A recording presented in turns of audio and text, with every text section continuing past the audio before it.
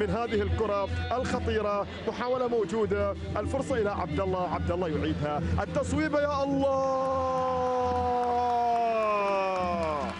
وعند الجزراوية أخضر حاني يعلن الجزيرة عن التقدم. هنا الفرصة، هنا التمريرة، هنا عبد الله، هنا الصناعة، هنا اللمسة، راحت مشت استقرت في مرمى بنياس، وأعلن الجزراوي عبا في مكان قاتل، ثبت الكل. أفضل لاعب في كل مباراة، حوافز جميلة لبطل هذه المسابقة. يا سلام يا سلام، الله الله، ومن يفعل ذلك غيرك ياوي. لكن قبل ذلك لمسة عبد الله، عبد الله رمضان أهداها، أما لمسة أما حكاية. وبعد ذلك تراوري ينهي الحكاية. يا سلام، حطها قوي، هذا مبخوت للسماء. ما عمل في المنظومة الهجومية، والجزيرة متقدم 2. بنياس يبحث عن العودة. يا سلام،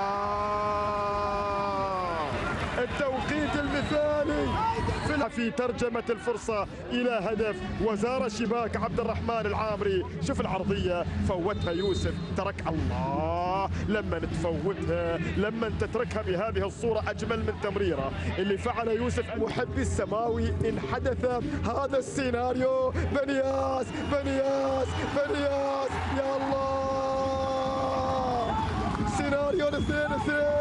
كنت أتساءل هل يعود بنياس بسيناريو رهيب؟